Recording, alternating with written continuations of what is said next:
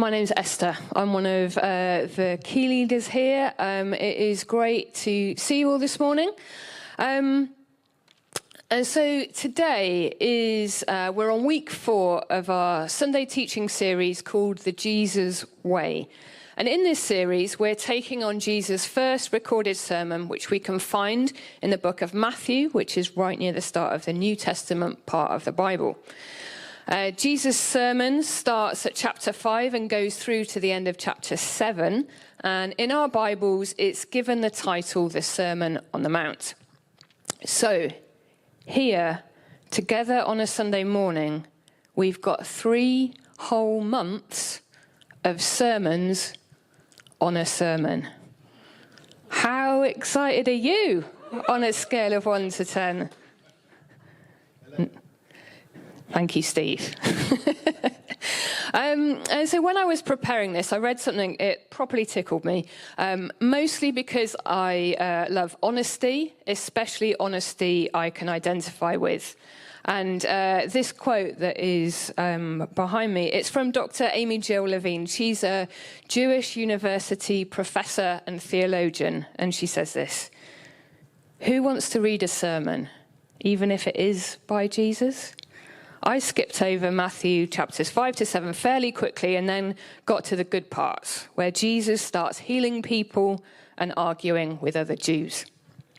This was her take on the Sermon on the Mount after reading it as a young person. And I don't know about you, but I get it.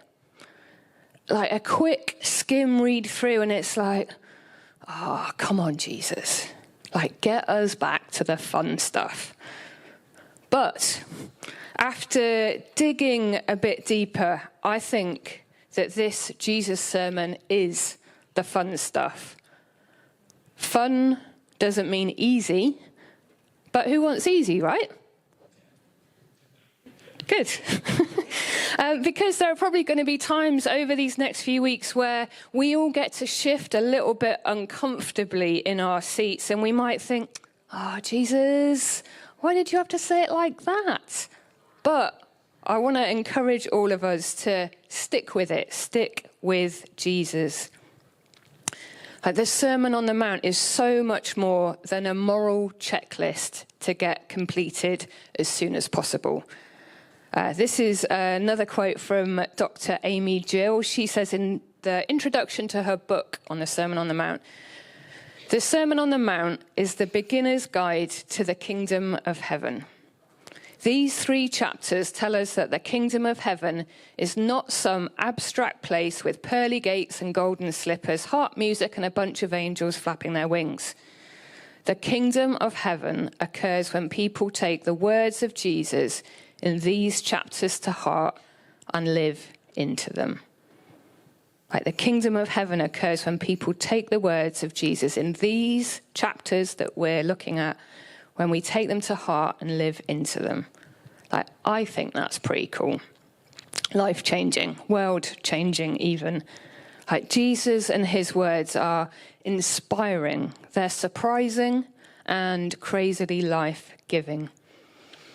And our title for today is Living It Out, Salt and Light. And as we read our verses, just want to encourage all of us, don't forget who Jesus is speaking to. Who gets to be a part of living life with Jesus and getting to bring bits of his good stuff into everyday life? Jesus says, it is people who are at the end of themselves and those who have experienced great loss. People who are just about okay. And those who are desperately hungry in all the ways. It's for people who care, people who are fighting what might feel like losing battles. The who is us, all of us. No one is excluded from the Jesus way. So let's have a read of Matthew chapter 5. We're going to read verses 13 to 20. As always, there are Bibles at the back if you'd like one. You can follow along. The verses will be on the wall behind me as I read. So Matthew chapter 5 from verse 13. This is Jesus speaking. So Jesus says, You are the salt of the earth. But if the salt loses its saltiness, how can it be made salty again? It is no longer good for anything except to be thrown out and trampled underfoot. You are the light of the world. A town built on a hill cannot be hidden. Neither do people light a lamp and put it under a bowl. Instead, they put it on its stand, and it gives light to everyone in the house. In the same way, let your light shine before others, that they may see your good deeds and glorify your Father in heaven. Do not think that I have come to abolish the law or the prophets. I have not come to abolish them, but to fulfill them. For truly I tell you, until heaven and earth disappear, not the smallest letter, not the least stroke of a pen, will by any means disappear from the law until everything is accomplished. Therefore, anyone who sets aside one of the least of these commands and teaches others accordingly will be called the least in the kingdom of heaven. But whoever practices and teaches these commands will be called great in the kingdom of heaven. For I tell you that unless your righteousness surpasses that of the Pharisees and the teachers of the law, you will certainly not enter the kingdom of heaven. So our verses today, they look like two parts. And if you look through the whole of the Sermon on the Mount, chapters 5 to 7, you'll see Jesus' talk it's been separated out. Each section has got a title that's been given by the people who translated our Bibles and put them together. And in some ways, this is helpful. But for me, I'd have loved to have been one of those people sat back, eating my snacks, listening to Jesus talk this whole thing through. Because this is a whole thing. And I think it's important to keep that in mind as we listen to Jesus over these next few weeks. The Sermon on the Mount, it's not pick and mix like, oh yeah, I like that bit. No, I'll pretend that bit doesn't happen. It's a whole thing. So for today, this is where we're going with our verses. We've got three things. You are, salt, light, and the bigger story. So first of all, you are, Jesus starts this bit of his talk off with two little words that are hugely profound and rich. You are. Just have a think about the you for a minute. Think of the massively diverse, and I'm going to assume large, crowd Jesus is speaking to at this specific moment in time. All kinds of people from all kinds of backgrounds. That is a big you. And then on top of that, think about everyone who has ever read or heard these Jesus words over the last 2,000 years across the world in crazily different moments in time. The Jesus version of you is quite frankly mind-blowing. It's intimate and it's extravagantly inclusive and huge.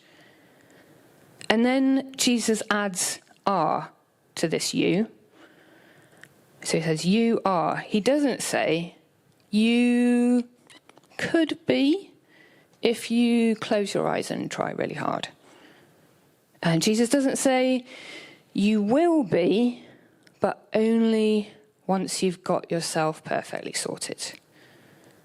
And Jesus doesn't say, you might be if I'm feeling generous enough. Jesus says, you are. No messing about. In the right here, right now, with Jesus, because Jesus says so, you are. That's pretty amazing, isn't it? So imagine Jesus looking at us dead straight in the eye and hear him say, you are. And let's get into what follows. So we've got salt and light. We're going to go with salt first. I'm a big fan of Jesus and the salt thing here. A couple of years ago, when I was reading the Message version of verse 13, God really spoke to me through it and helped me see this stuff in a way that got me excited about following Jesus and checked my ego at the same time. Both good and needed things. So this is verse 13. Let me tell you why you are here. You're here to be salt seasoning that brings out the God flavors of this earth. So we put salt on our food to increase and improve the flavor. So with a bit of salt, some broccoli can go from a solid 8 out of 10, I like broccoli, to a lip-smacking 10 out of 10. If you're lucky enough to have a bit of steak in front of you, rub some salt on it before you cook it, and it tastes so good. Not just good. But salt, it doesn't totally change or totally replace the flavor of your broccoli or your steak. Through some kind of science that I obviously don't understand, it enhances the flavor that is already there.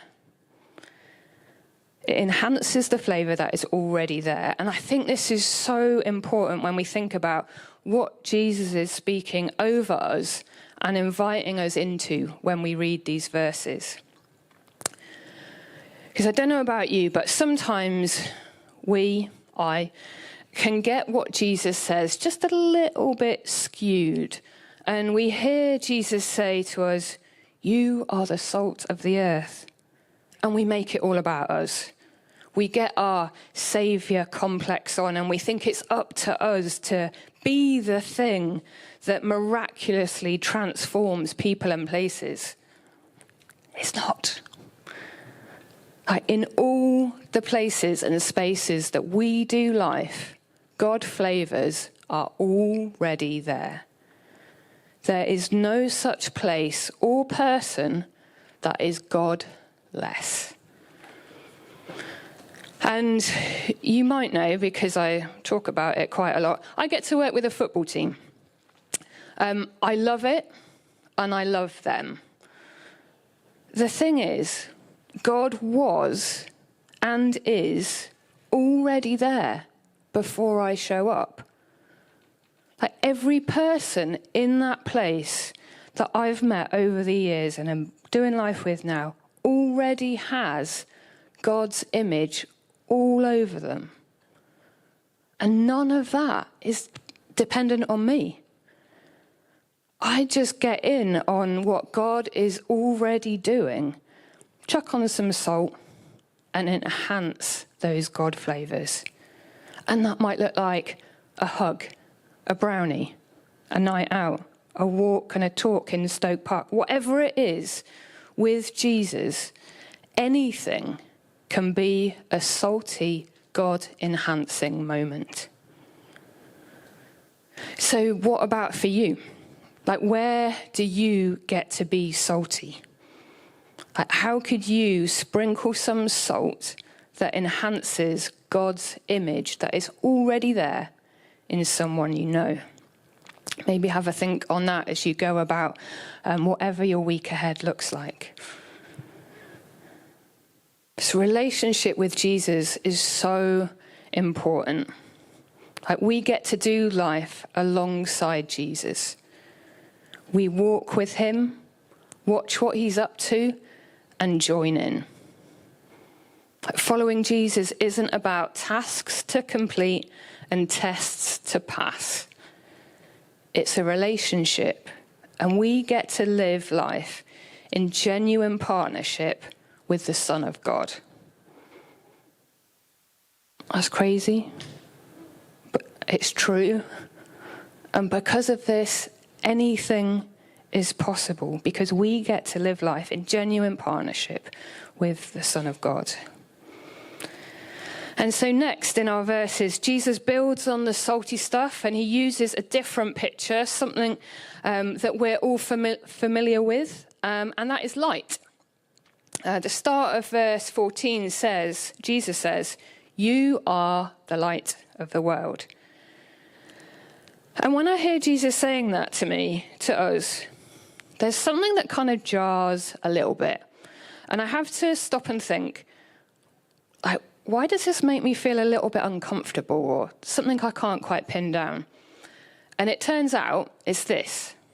John chapter 8, verse 12.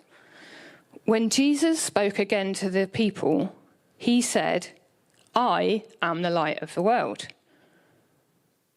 So there's Jesus saying, you are the light of the world. And Jesus saying, I am the light of the world. Is one of these a typo? I'm getting a little bit confused. Which is it, Jesus? And you know what Jesus says? Esther, you dummy. It's both. I don't mind Jesus calling me a dummy. So there's you are the light of the world and I am the light of the world. Like us and Jesus, we're the same team. As much as Jesus is the light of the world, we are the light of the world. There's no other way to explain it.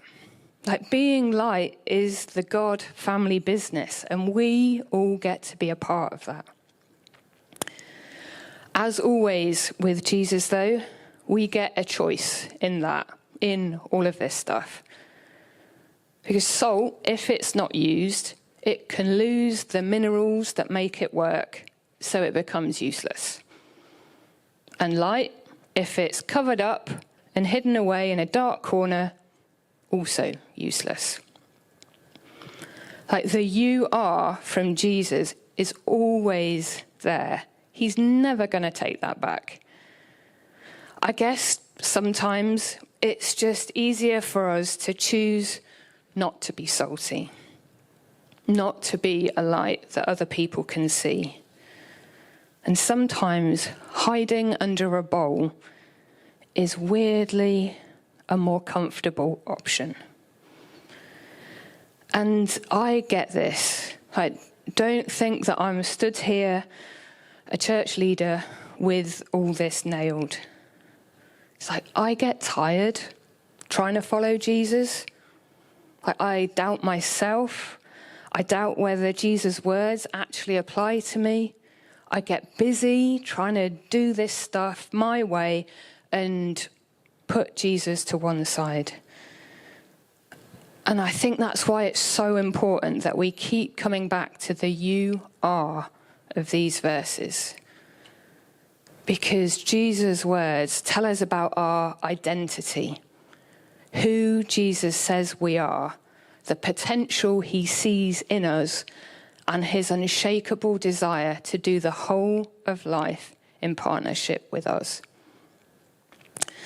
It's also good to remember that the you are, it's not an individual thing, it's an all of us kind of thing. Like following Jesus was never supposed to be a solo task.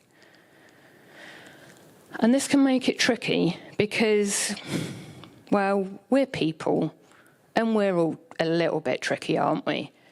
But we are created to be salt and light together as a community. So how do we shine bright? What does being generous with our lives as a community actually look like? And how do we do this? How do we own it? How do we be it all together? I don't have the answers to that. So have a chat with other people, again, as you go about your week, as you have a coffee and eat a biscuit later, and let me know the answers. Jesus says, I am putting you on a light stand. Now that I've put you there on a hilltop, on a light stand, shine. Keep open house. Be generous with your lives. By opening up to others, you'll prompt people to open up with God, this generous Father in heaven. And so immediately following Jesus talking about salt and light, we've got verses 17 to 20, and they can seem like a little bit of an interruption within Jesus' own teaching, because Jesus starts going on about the Old Testament law. And if we're honest, most of us switch off for a few minutes until Jesus wakes us up with murder. Not literally, that's coming next week. Sarah's got that. So let's have a look at the bigger story, like what's going on around this, because the context is crucial. And there's so much going on here that we can miss because we only hear Jesus' words through the lens of our Western Christian society in 2024. Jesus was Jewish, and he grew up meditating on the Torah and prophets in actual synagogues with actual people. And Jewish rabbis were tasked with meditating on and chewing over these scriptures and interpreting them and applying God's revealed wisdom to everyday life. So then the Jewish people as a community would know how to live well.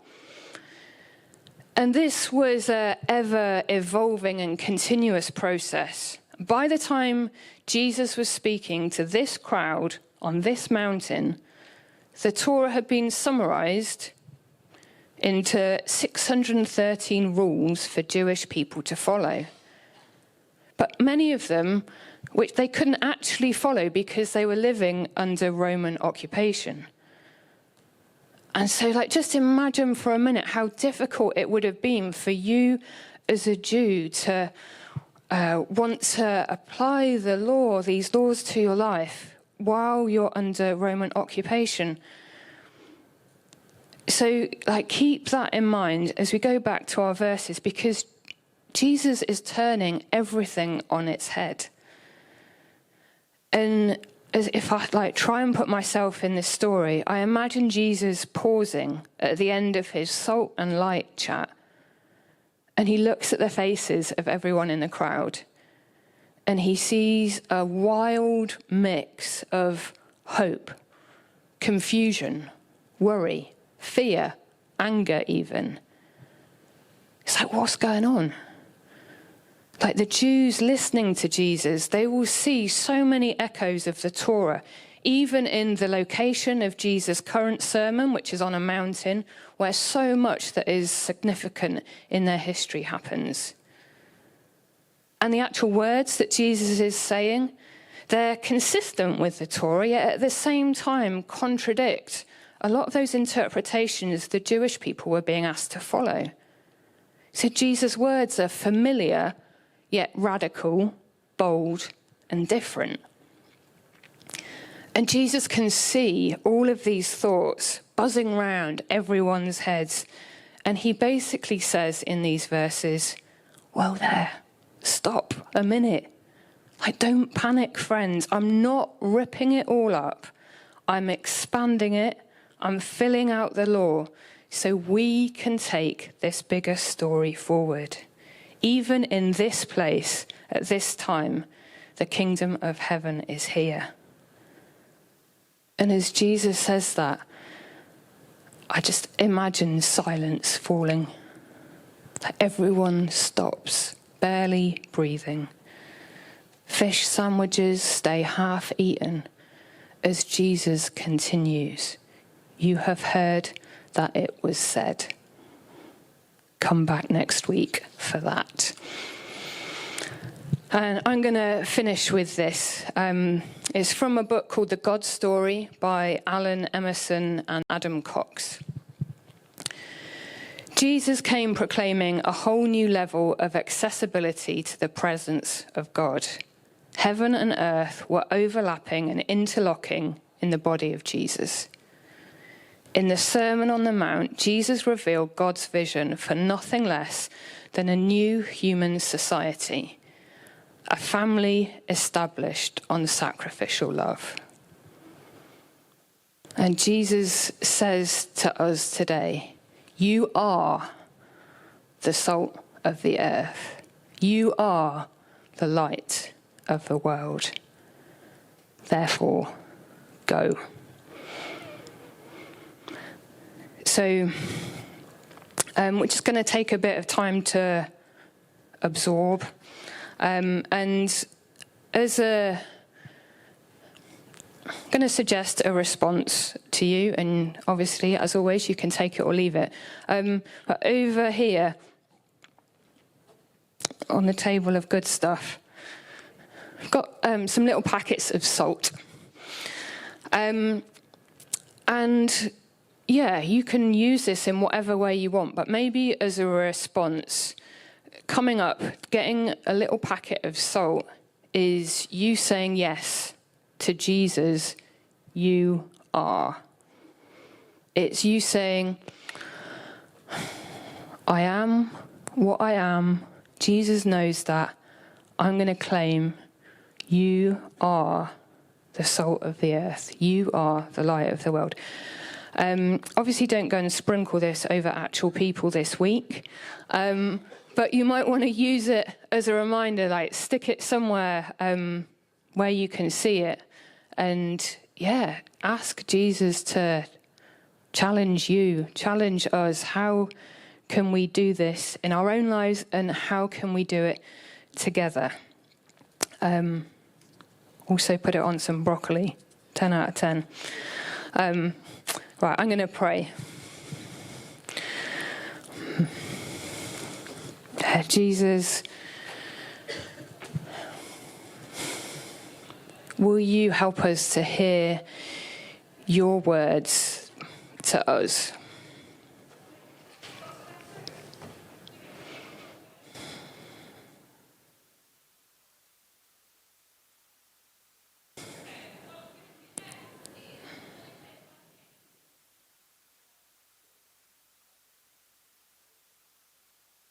Yeah, Jesus, thank you for the amazing and mind-blowing truth that we get to live life in a real and genuine partnership and relationship with you.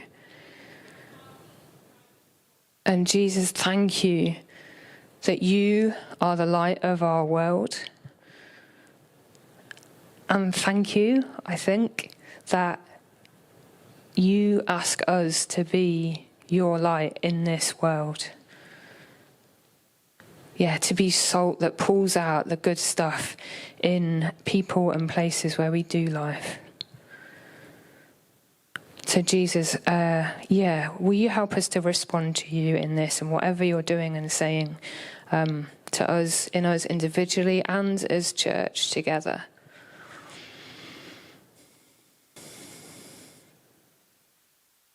Yeah, thank you that you love us.